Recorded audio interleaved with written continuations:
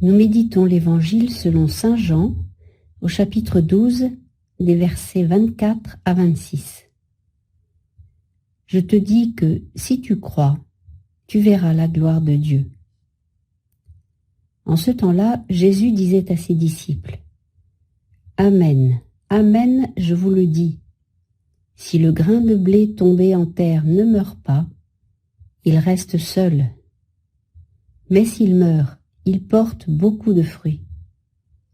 Qui aime sa vie la perd, qui s'en détache en ce monde, la gardera pour la vie éternelle. Si quelqu'un veut me servir, qu'il me suive. Et là où moi je suis, là aussi sera mon serviteur. Si quelqu'un me sert, mon Père l'honorera. » Prière.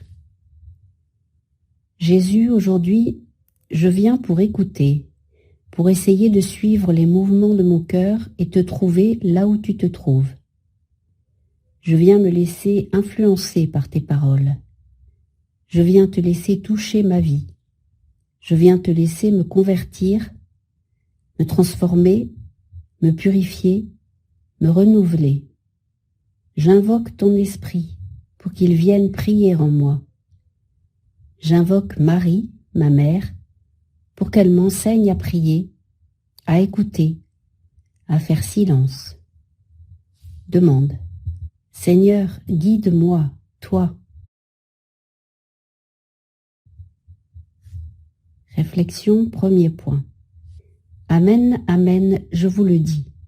Si le grain de blé tombé en terre ne meurt pas, il reste seul.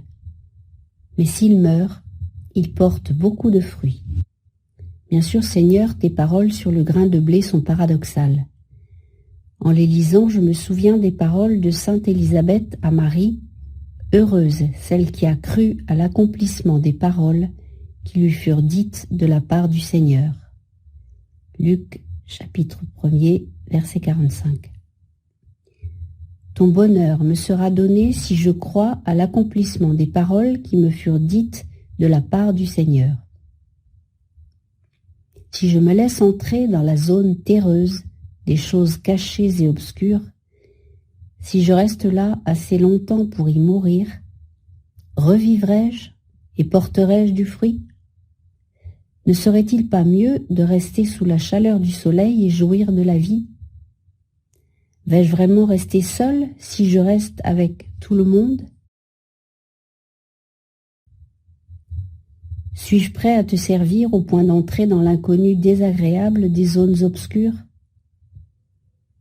N'est-il pas suffisant d'être ton ami, de partager ma vie avec toi de temps en temps? Je ne peux pas comprendre ces paroles avant de les avoir vécues. Je ne peux qu'y croire et persévérer jusqu'à ce qu'elles s'avèrent vraies. Je peux m'inspirer de la vie de Marie et de celle de tant de saints qui sont passés devant moi. Mais à l'heure de faire face à ma vie, il ne me reste que la foi. Si tu crois, tu verras la gloire de Dieu. Jean chapitre 11, verset 40.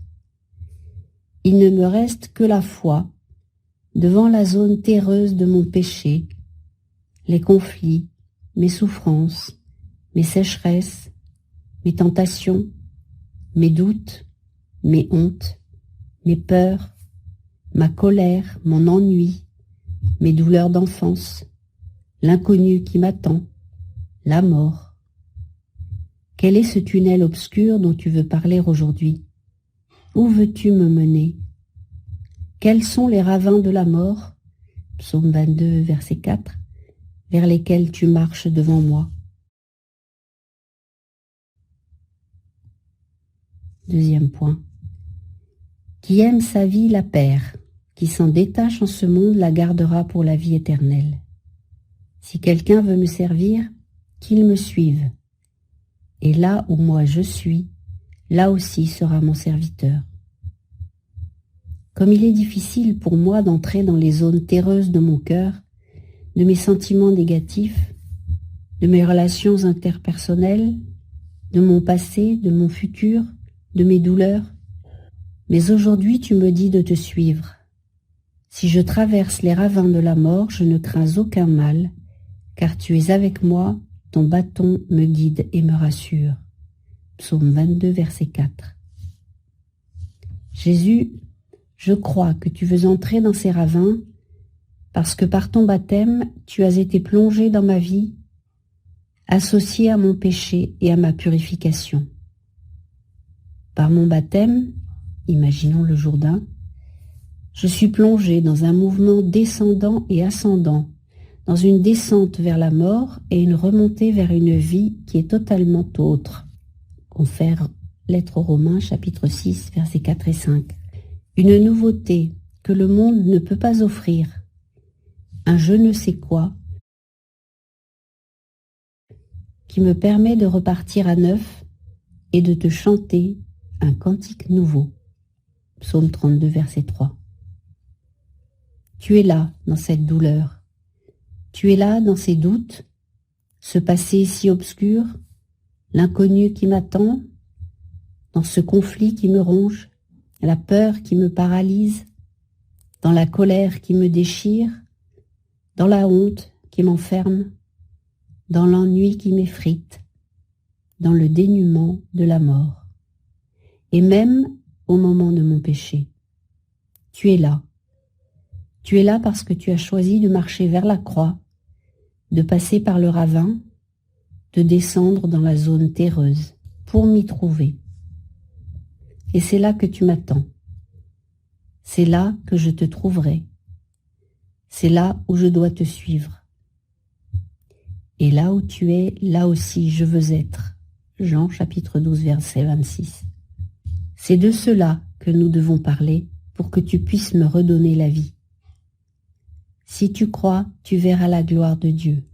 Jean chapitre 11, verset 40. Par où commencer, Seigneur? Que veux-tu me dire? Que veux-tu que je te dise? Comment veux-tu terminer? Guide-moi, Esprit Saint. Marie, montre-moi comment prier. Troisième point. Si quelqu'un me sert, mon Père l'honorera. Jean chapitre 12, verset 26. Ne t'ai-je pas dit, si tu crois, tu verras la gloire de Dieu? Jean chapitre 11, verset 40. Que je le sente ou non, Jésus, qu'il est bon d'être connu de l'intérieur sans être jugé, d'être écouté en toute liberté. Qu'il est bon, bon berger, de partager ses obscurités avec quelqu'un. Qu'il est bon de s'y savoir relever. Qu'il est bon d'y recevoir ta vie, ton pardon, ton encouragement, ta lumière. Qu'il est bon de te servir et de se savoir honoré de la part de ton Père. Tu prépares la table pour moi devant mes ennemis, tu répands le parfum sur ma tête, ma coupe est débordante. Grâce et bonheur m'accompagnent tous les jours de ma vie. J'habiterai la maison du Seigneur pour la durée de mes jours. Psaume 22, versets 5 et 6. Qu'il est bon de savoir que le grain tombé et mort en terre commence à faire germer une nouvelle vie. Elle n'est pas grande, cette vie. Elle est cachée, mais elle porte une promesse. Que puis-je faire pour te remercier? Que puis-je faire pour te chanter? Que puis-je faire pour t'honorer? Dialogue avec le Christ. Toi, Jésus-Christ, tu es le Sauveur. C'est ton nom, c'est ton essence, c'est ta vie, c'est ta mission, c'est ton désir. Viens, Seigneur Jésus, viens. Viens me convertir. Viens me transformer. Viens guider ma vie, notre vie, nos vies. Viens encore et encore. Viens nous sauver. Viens dans nos faiblesses.